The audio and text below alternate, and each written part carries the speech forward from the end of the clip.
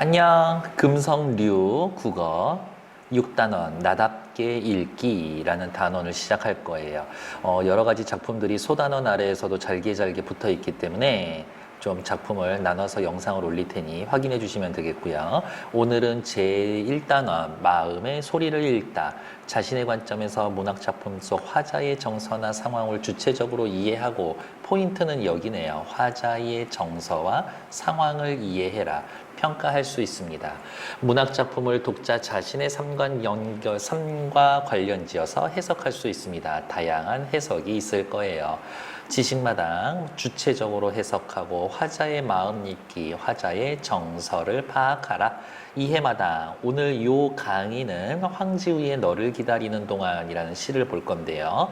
작품에 대한 주체적인 해석을 바탕으로 도대체 기다림이랑 나에게 어떠한 느낌을 주는가 생각해보고 착어를 고려하여 시의 의미가 확장되고 여러 가지로 해석이 될 수가 있습니다. 라고 보시면 되겠고요.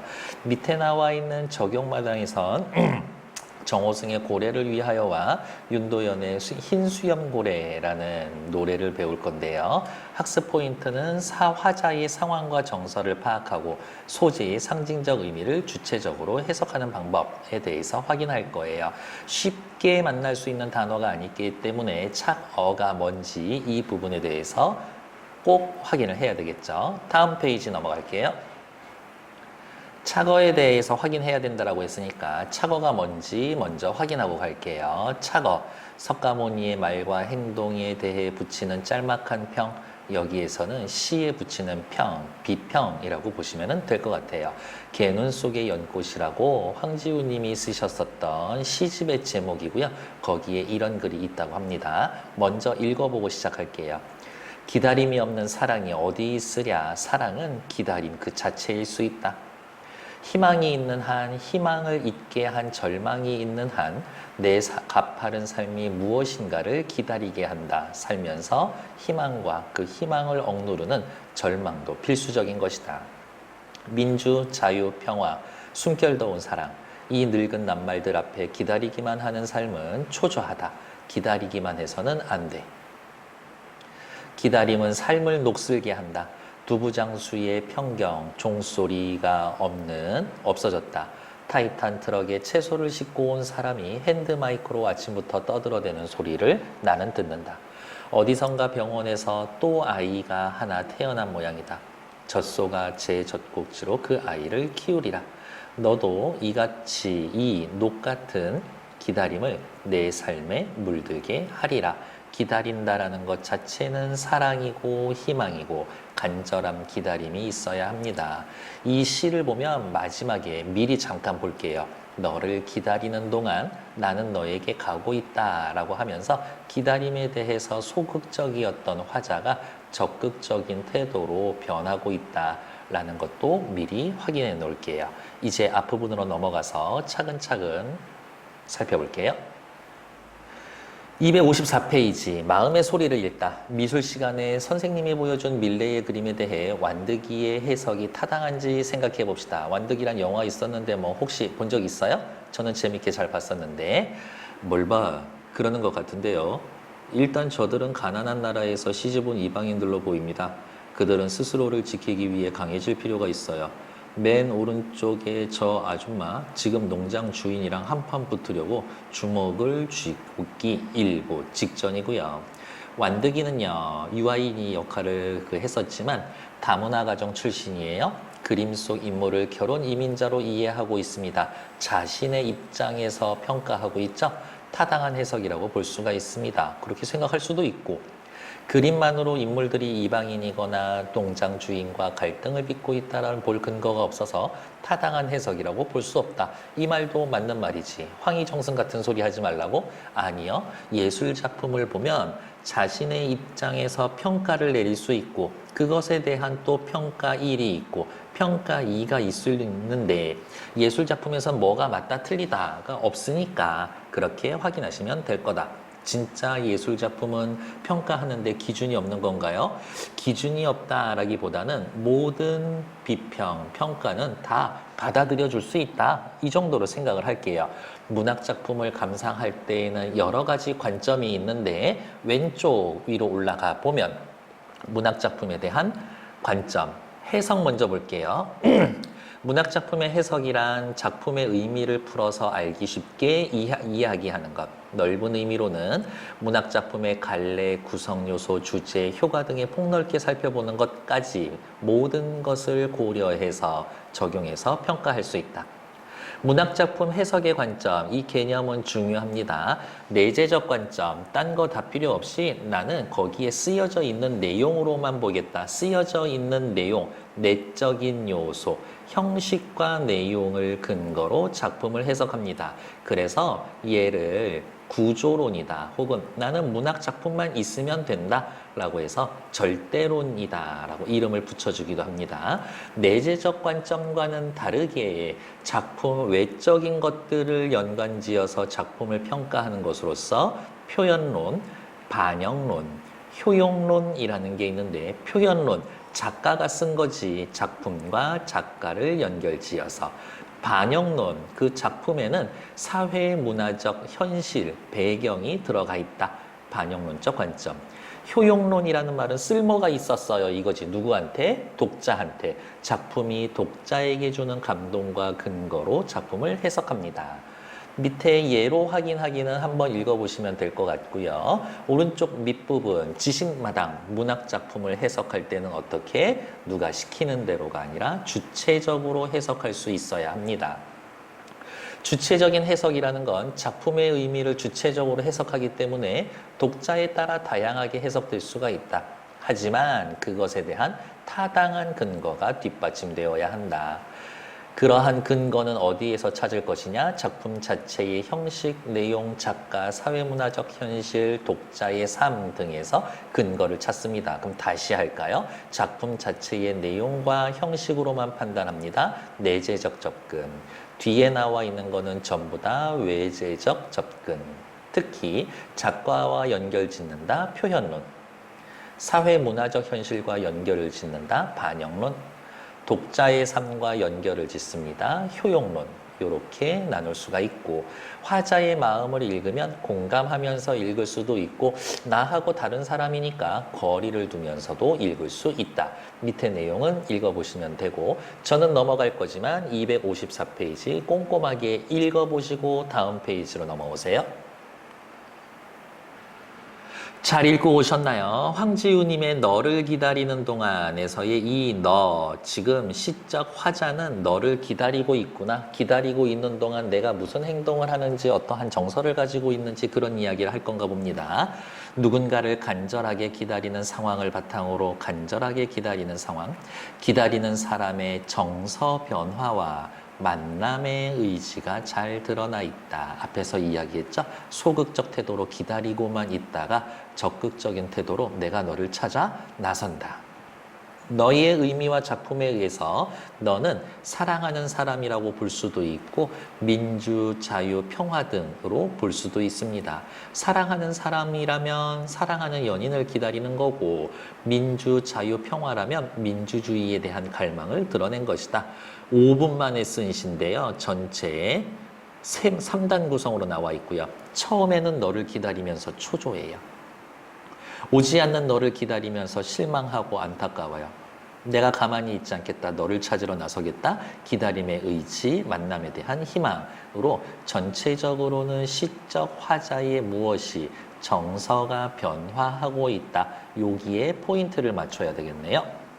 작품 개관, 현대시면서 시행의 배열이 자유로운 자유시고요. 자신의 정서에 대해서 들어서 썼으니까 서정시, 감각적이고 시각, 청각적인 심상이 많이 있을 거예요. 고백적이고 마지막 부분에선 희망적입니다. 자유시니까 내재율일 수밖에 없겠죠. 그러니까 운율 형성 요소 찾으세요 라고 하면 반복되는 요인을 찾으면 됩니다. 어조는 대상을 간절하게 기다리는 절실한 어조, 기다림에 대해서 주제는 항상 중요하죠. 기다리는 건 나는 너를 절실히 기다리고 있어. 하지만 너를 꼭 만나야겠다라는 의지가 마지막에 있습니다. 기다림의 정서를 음성 상징어를 활용해서 감각적으로 드러내고 있습니다. 그러면 얘도 운율 형성 요소가 되겠죠? 기다림의 과정에서의 드러나는 정서의 변화를 섬세하게 표현하고 있다. 여기에 또 써 있었네요. 역설적인 표현이 있습니다. 너를 기다리며 너를 가고 있다. 기다리면 가만히 있어야 되는데 내가 움직이고 있다고. 이러한 역설법을 통해서 내가 가고 있다. 능동적인 자세를 드러낸다. 시적 화자의 정서와 태도가 변한다라고 해놨는데요. 소극적이고 수동적인 태도에서 적극적이고 능동적인 태도로 변화하고 있다라고 확인하시면 되겠고, 밑에 나와 있는 작가 알기와 뭐 이렇게 감상할 수도 있어요 라고 되어 있는데 여러 가지로 읽어보시고 이렇게 해석할 수도 있군 이라고 받아들이시면 됩니다. 다음 페이지 시 본문으로 들어갈게요. 설명이 엄청 잘 돼 있어서 우리가 필기할 건 그렇게 많지 않을 것 같습니다. 대신 소극적 태도에서 적극적 태도로 시적 화자의 태도가 변화하고 있구나 라고 확인하면 되겠고요. 네가 오기로 한 그 자리에서 너는 시적 대상이죠. 내가 미리 가서 너를 기다리는 동안 현재 시적 화자의 상황이고요. 어머, 약속 시간 맞춰서 간 게 아니라 미리 기다리고 있대. 어쩜 너를 만나고 싶은 마음이 간절하죠.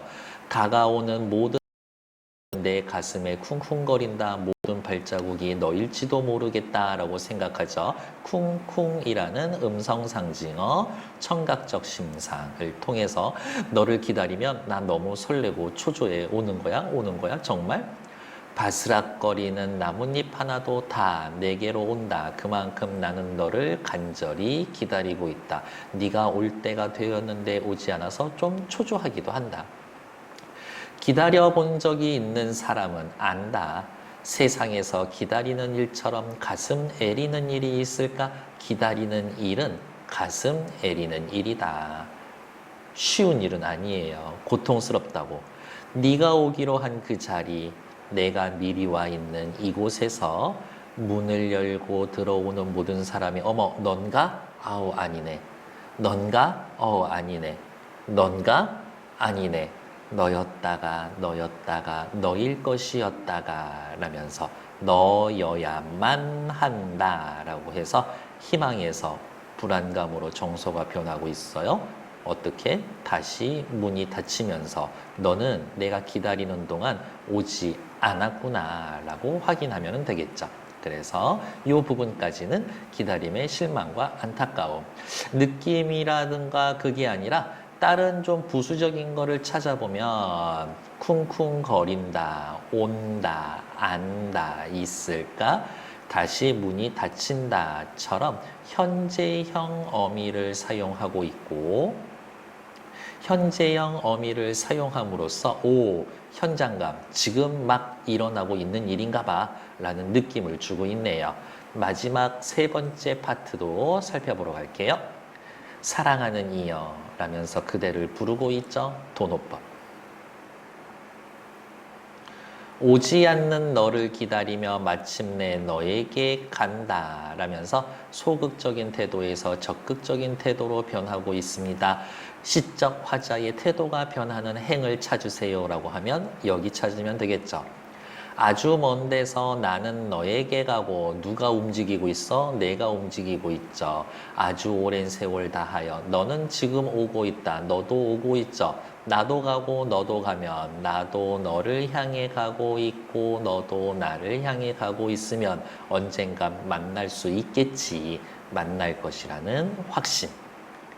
아주 먼 데서 지금도 천천히 오고 있는 너를 기다리는 동안 나는 가고 있다. 기다리면 그 자리에 가만히 앉아 있어야지 움직이면 안 됩니다. 역설법. 하지만 가고 있다라는 요 의미를 강조해 주고 싶은 거죠. 만남의 의지와 희망이 있다.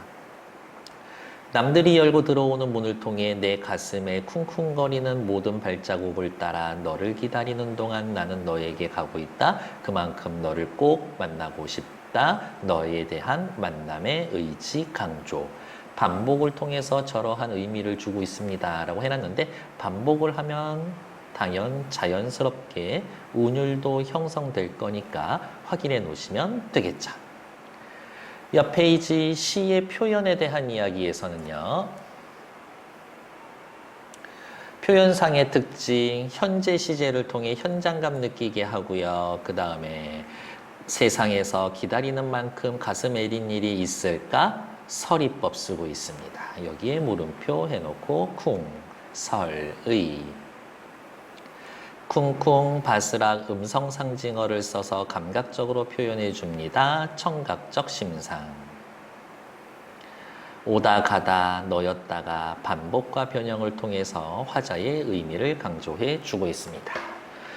밑에 착어는요, 아까 이야기했었던 것처럼 시에 대한 간단한 평이라고 하는데 작품에 대한 작가의 생각을 들어고요. 시의 의미를 모호하게 합니다. 그렇죠. 이거 그냥 생각 없이 읽으면 아, 사랑하는 여인을 기다리는 거구나 라고 해놨는데 작가가 이야기한 것처럼 여기에서의 너는 민주, 자유, 평화, 더운 숨결, 사랑 이런 말들 이러한 것들 모두 다 해석이 되는 건가? 시의 의미가 모호해진다. 다르게 이야기하면 너의 의미가 확대되고 있다. 작품의 의미를 더욱 깊이 생각해 볼 수 있다. 다음 페이지 학습활동으로 넘어갈게요. 옆에 나와 있는 문제였었네요. 쭉쭉 보시면 되겠고 시의 창작 배경 5분 만에 슥싹 써줬었다는 건 확인하시면 되겠고 258페이지 너를 기다리는 동안은 전개 과정을 정리해서 3단 구성 시의 의미를 파악해 봅시다. 처음에는 너를 기다리면서 설렘과 조바심을 느끼고 간절히 기다리고 있어요. 근데 느낌이 어떻게? 너 자꾸 오지 않고 있지. 그래서 실망과 안타까움. 하지만 마지막에 내가 움직이겠다. 능동적으로 의지와 확신을 드러내고 있다. 2번, 이 시의 착어를 고려하지 않고 읽었을 때, 고려했을 때 시의 의미가 어떻게 달라집니까? 고려하지 않는다면 사랑하는 사람을 애타게 기다리는 내용, 그냥 연애시겠지. 착어를 고려하면 너의 의미가 민주, 자유, 평화, 이념, 사상으로까지 확대될 수가 있겠구나. 기다림 속에 사랑과 희망이 수반된다라는 인식을 통해 더 깊이 잘 이해할 수가 있다. 하지만 그냥 제 개인적인 생각엔 꼭 착어를 고려할 필요는 없지 않나?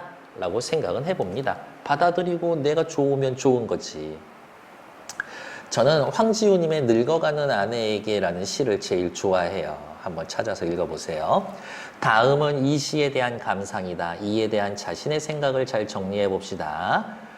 기다림이란 형벌받는 자의 내면의 눈금이다. 심전도 검사 때의 그 그래프 같지 않은가?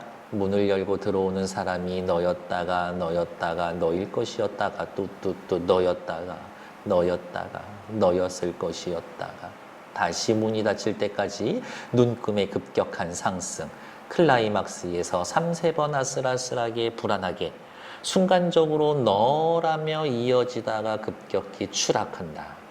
사랑을 앓는 자의 혈압, 그것을 추동하는 약속 시간, 맥박의 전개가 이 시의 매혹이자 기존의 연애시와 다른 모던함이다. 아주 먼 데 있는 사랑하는 일을 이렇게 기다리는 일을 우리는 고통이라고 부른다. 기다리는 일은 고통이다. 그러므로 이 시는 사랑의 시이면서 동시에 고통의 초상화다. 사랑도 이야기를 하고 고통도 이야기를 한다. 정재찬 씨는 이렇게 이야기했대요. 시인은 기다림이 수동적인 것만을 아님을 확실히 하고 있다. 너를 기다리고 있는 동안 나도 너에게 가고 있다. 적극적이지. 기다림이라고 시인은 강변하고 있는 거다. 너에게 가고 있는 것도 기다림이다. 우리는 그렇게 만난다. 아무리 오래 걸려도 아무리 먼 데 있어도 그런 기다림과 그리움으로 우리는 드디어 만나게 된다. 시적 화자 만남을 확신하고 있다. 그 기다림의 대상은 연인일 수도 있고 합격 통지서, 분만실 아이의 울음일 수도 있다. 그런가 하면 식당 주인은 손님을 기다리고 노동자는 일자리를 기다리고 기다림은 애타는 것이다. 이 땅의 민주와 자유와 평화는 더욱 그렇다. 정재찬 씨는 이야기를 하고 있네요. 이 기다림. 그리고 그러한 기다림의 대상이라는 건 따지면 세상의 모든 것이 될 수 있다. 이렇게 이야기를 하고 있는 것 같아요. 다음 페이지 넘어갈게요. 259쪽. 가와 나에서 이 시를 어떻게 파악하고 있는지 그리움의 대상과 태도를 중심으로 비교해 봅시다. 가 시에서는 사랑하는 이를 불안과 고통이 스민 태도로 기다리고 있다. 사랑과 사랑의 고통을 노래한 시다. 나에서는요. 각자의 삶에서 이루어지는 애타는 기다림과 만남을 노래한 시, 그리고 나의 경우에는 꼭 다시 만날 거예요 라면서 희망이 담겨져 있고, 그래서 밑에 뭐 예로 희망을 주고 있기 때문에 저는 나시가 더 공감이 됩니다. 나라고 꼭 생각하실 필요는 없어요. 가라고 생각하셔도 괜찮습니다. 밑에 3번 이 시를 주체적인 관점에서 해석하고 감상해 봅시다. 읽고 감상해 보시면 되겠고요. 밑에 나와 있는 문제 풀어주시면 되겠습니다.